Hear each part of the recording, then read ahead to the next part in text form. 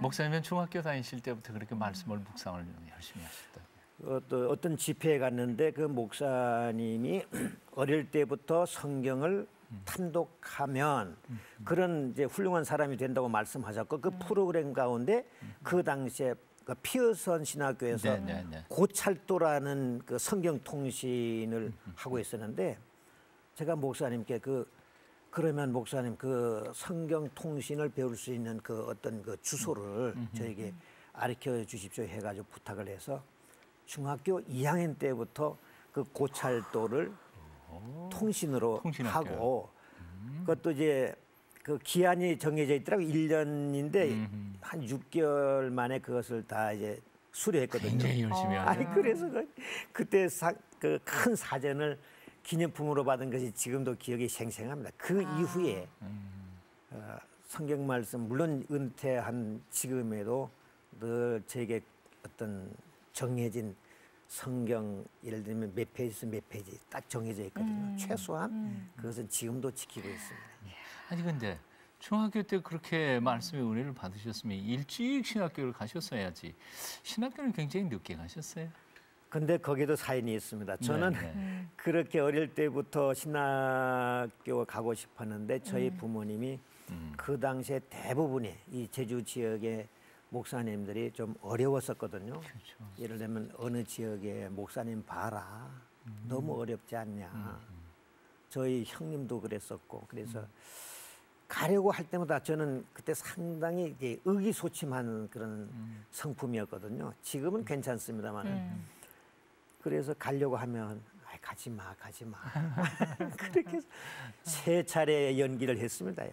예, 그렇게 하다가 마지막에 결정적으로 부름을 받은 때는 제가 시무장로로서 나이 30살의 장로가 되었거든요. 예, 나이 30살의 장로가 되었는데 제 나이 38살 되었을 적에 요한복음 5장 그 베데스다 목가에 38년 된 병자 그 말씀을 아침에 묵상하는데 그 말씀이 저에게 그냥 저의 말씀으로 다가온 거예요. 그 38년 된 병자에다가 저는 38살 시무장로였었으니까 숫자가 예, 그 숫자가 너무 감동이 되어서 그 다음에 서울 장신에 들어오게 됐죠. 그러셨군요. 안수는 또 늦게 받으셨어요? 네, 목사 안수는 86년도에 받았습니다. 그러니까 시간이 조금 많이 걸렸어요. 네, 그러니까 이제 예. 아주 인생의 확실한 터닝 포인트를 가지셨는데 그렇습니다. 뒤늦게 시작하셨지만 그래서 더 뜨겁게 목회를 하시지 않았을까 싶은데요. 한 30여 년 목회하시면서 가장 행복했을 때는 언제로 기억이 되세요? 가장 행복했을 때는 그 교회마다 저는 여러 교회는 아니었지만 교회마다 어려웠었고요. 어려웠었고 그 어려움을 이기고 교회가 평정될 때 그때가 제일 이게 목사의 어떤 사역이 이렇게 행복하구나. 예. 목회할 때는 그때가 제일 행복하셨고 은퇴 후에 요즘에는 언제가 가장 행복하세요? 요즘에는 사실 저희가 이제 새벽기도 끝나면 6시 한 50분 되거든요. 50분 되면 카페에 와서 문을 열고 말씀 묵상하고 그러니까 이제 오픈은 7시경에 오픈되고 굉장히 일찍 하시네요. 예, 그리고 닫는 시간은 뭐 그건 제한이 없습니다. 왜냐하면 이 카페에 손님이 계시면 가라고 못 하잖아요. 그래 시간을 정해놓긴 했는데 그 문에 써놓기는 닫는 시간은 9시다. 저녁 9시다 해놓고 대개는 11시에 문 닫습니다. 예. 종일 계시는구나. 그 주무시는 시간이 좀 있네요. 그래서 저는 그 카페가 뭐 카페라기보다는 삶의 터전이고 하나님께서 그 자리를 통해서 하나님의 영광을 드러내고 또 예수님의 사역을 기념하게 하라는 그런 현장이기 때문에 그 자리를 뜰 수 없는 거예요. 그래서 저는 이게 목회 연장선상에서 카페를 하는 것이기 때문에 사역의 공간이시네요. 그러니까 지금 말씀 듣다가 보니까 은퇴하신 게 아니에요. 공간만 옮기셨어요. 그러니까. 저는 그런 지금 정신으로 사역을 하고 있습니다. 대단하시네요. 네. 또 젊은 목사들에게는 사실은 그들의 앞날에 희망과 멋진 표상이 되시겠어요. 그리고 이제 그 예를 들면 우리 이제 제주 국제 순복음교회 박명일 목사님이 계신데 시간 나면 저희 카페에 오세요. 제 살아가는 모습에서 나도 뭔가 배워야 되겠다. 그러면서 나와 지금 형하고 하는 그런 아주 친한 사이인데 그 목사님뿐만 아니고 다른 교회 목사님들도 목회 후에 어떤 삶을 좀 일찍 계획하게 되었다. 이구동성으로 그런 말씀하시니까 그 어떤 좋은 면에서 자극을 준다는 것이 너무 저는 행복하지 않습니까? 네. 후배들에게 좋은 길 열어주시는 분, 그런 분이 사실은 선구자이시니까 네. 먼저 가신 그 길, 먼저 앞서간다는 것은 쉬운 일은 아니지만 그렇죠. 또 보람도 있는 일이라고 생각이 들고요. 리멤버 2호점, 3호점 생각하셔요? 반드시 있을 거라고 저는 생각합니다. 아니 허락을 하셔야 되는 거 아니에요? 아이고 뭐 원점에서 그건 허락을 얼마나 좋죠. 뭐 서울에도 이 네, 리멤버 네, 네. 10호점. 사실은 처음에 이게 리멤버를 등록시킬까 그런 생각을 했어요. 네, 네. 그런데 그럴 필요 없고요. 뭐 하겠다고 하면 도와주어야 되고 또 축복해 줘야 되잖아요. 꼭 내가 하지 않더라도 제2의, 그럼요. 제3의 똑같은 그럼요. 의도를 가진 곳이 있었으면 네, 하시는 마음인 네. 거죠. 그래서 벌써 우리 젊은 목사님들 가운데 소위 동아리를 만들어서 네. 아하. 지금 은퇴 전부터 좀 그렇게 하는 멤버들이 있습니다. 네. 네. 물론 선교나 뭐 목사님께서 경제적인 이유 때문에 시작하신 건 아닙니다만 그래도 운영은 지금 잘 되고 있는 거죠. 잘 된다기보다는 생각한 것보다 더 잘 되고 있다. 마이너스는 아니죠. 예, 마이너스는 물론 아니죠. 네. 네. 그것만 해도 얼마나 아유, 대단해요. 그러게요. 앞으로 이 카페 리멤버를 통해서 하시고 싶은 사역의 내용들이 있다면 아까도 뭐 콘서트도 말씀하시고 뭐 음악회도 얘기하시고 그랬는데 뭐 구상하고 있는 사역. 네. 저희 궁극적인 목표는 한 영혼을 구원하는 것이니까요. 특별히 상담을 통해서 예를 들면 이건 일반 상담이기 때문에 네네. 이것은 이렇게 된다라고 하지만 궁극적으로 결론을 낼 수 없는 거거든요. 그건 본인이 알아서 하는 거니까. 그래서 저는 이것을 신앙적인 것을 접목시켜서 당신의 성품을 이렇게 면밀히 조사해 봐도 당신이 성공할 수 있는 가능성은 없다. 그래서 그 복음을 끌어들이는 것이죠. 예수님을 만나면 예수님께서 다 해결해 주신다. 그렇게 도형 상담을 그렇게 하고 있거든요. 그래서 지금은 모르겠어요. 몇 년 지나면 이번에 어떤 게스트 가운데 동네 어떤 젊은이, 장가가지 못한 젊은이를 데려왔어요. 그러니까 72살 난 할아버지가 45세 난 젊은이를 데리고 왔어요. 아들인가 보죠? 아들이 아니에요. 동네 사람. 그냥 청년이에요. 장가 못 간 어허. 젊은이.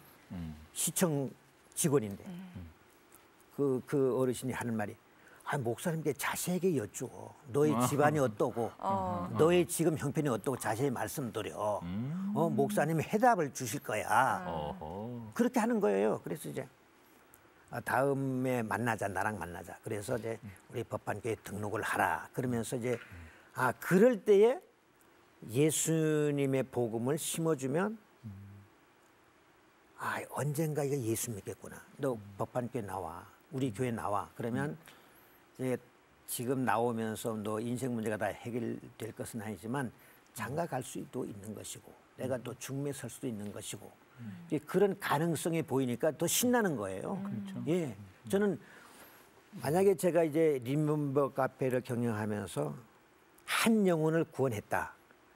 그거보다 더 큰 감사할 일이 어디 있겠습니까? 예, 궁극적인 목표는 그거거든요.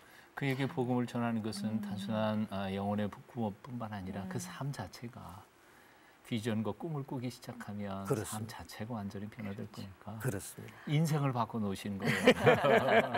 목사님을 찾아오는 젊은이들, 사람들에게. 그러니까 사실 그 동네에 그냥 인생 상담하고 계시는 거예요.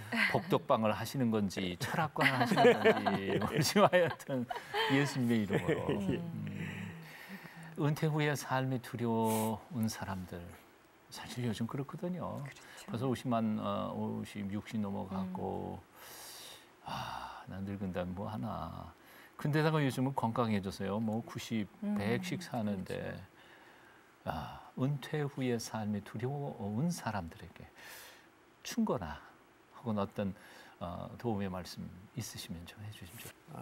저는 끊임없는 영성 훈련을 하게 되면 저희가 주장하는 영성 훈련은 말씀, 기도, 찬양인데 그걸 정기적으로 적어도 정기적으로 한 챕터당 예를 들면 기도, 말씀, 찬양 이것을 하루에 3시간만 할 수 있다고 하면 하나에 1시간씩.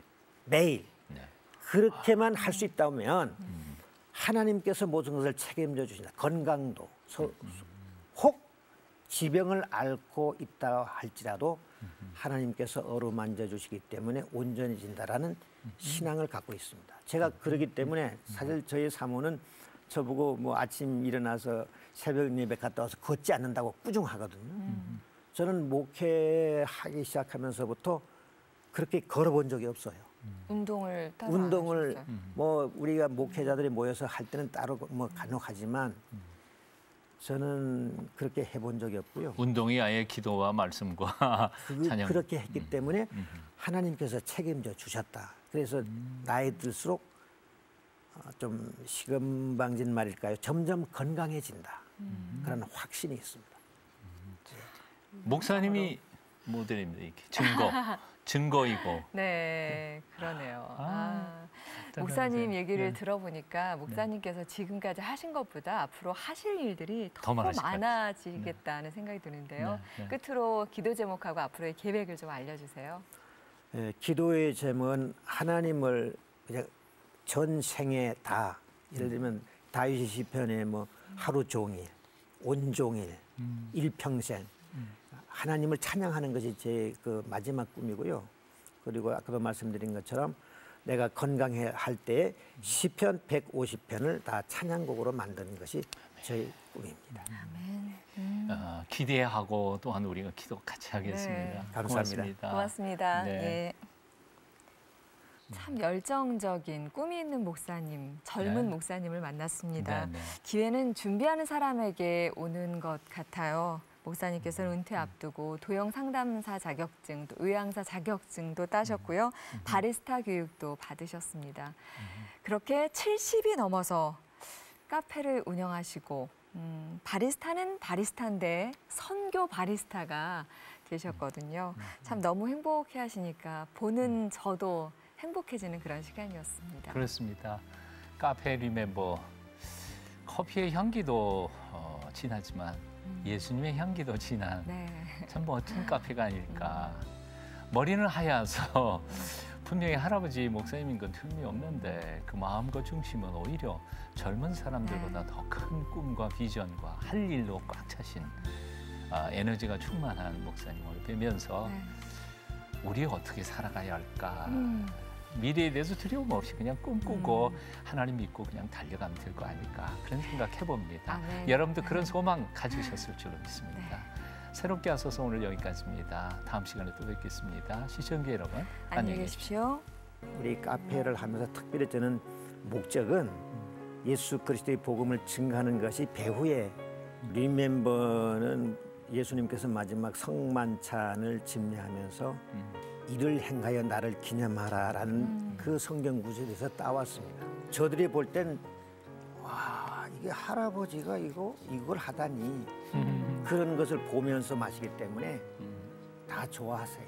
나는 지금 이 핸드들이 바른 손이 떨리지 않는 한은 계속하겠다. 우리 동창들은 말하기를 너는 목사 은퇴 후에 그렇게 할 줄 알았어 그렇게 하거든. 하나님께서 그 자리를 통해서 하나님의 영광을 드러내고 또 예수님의 사역을 기념하게 하라는 그런 현장이기 때문에 그 자리를 뜰 수 없는 거예요. 당신의 성품을 이렇게 면밀히 조사해 봐도 당신이 성공할 수 있는 가능성은 없다.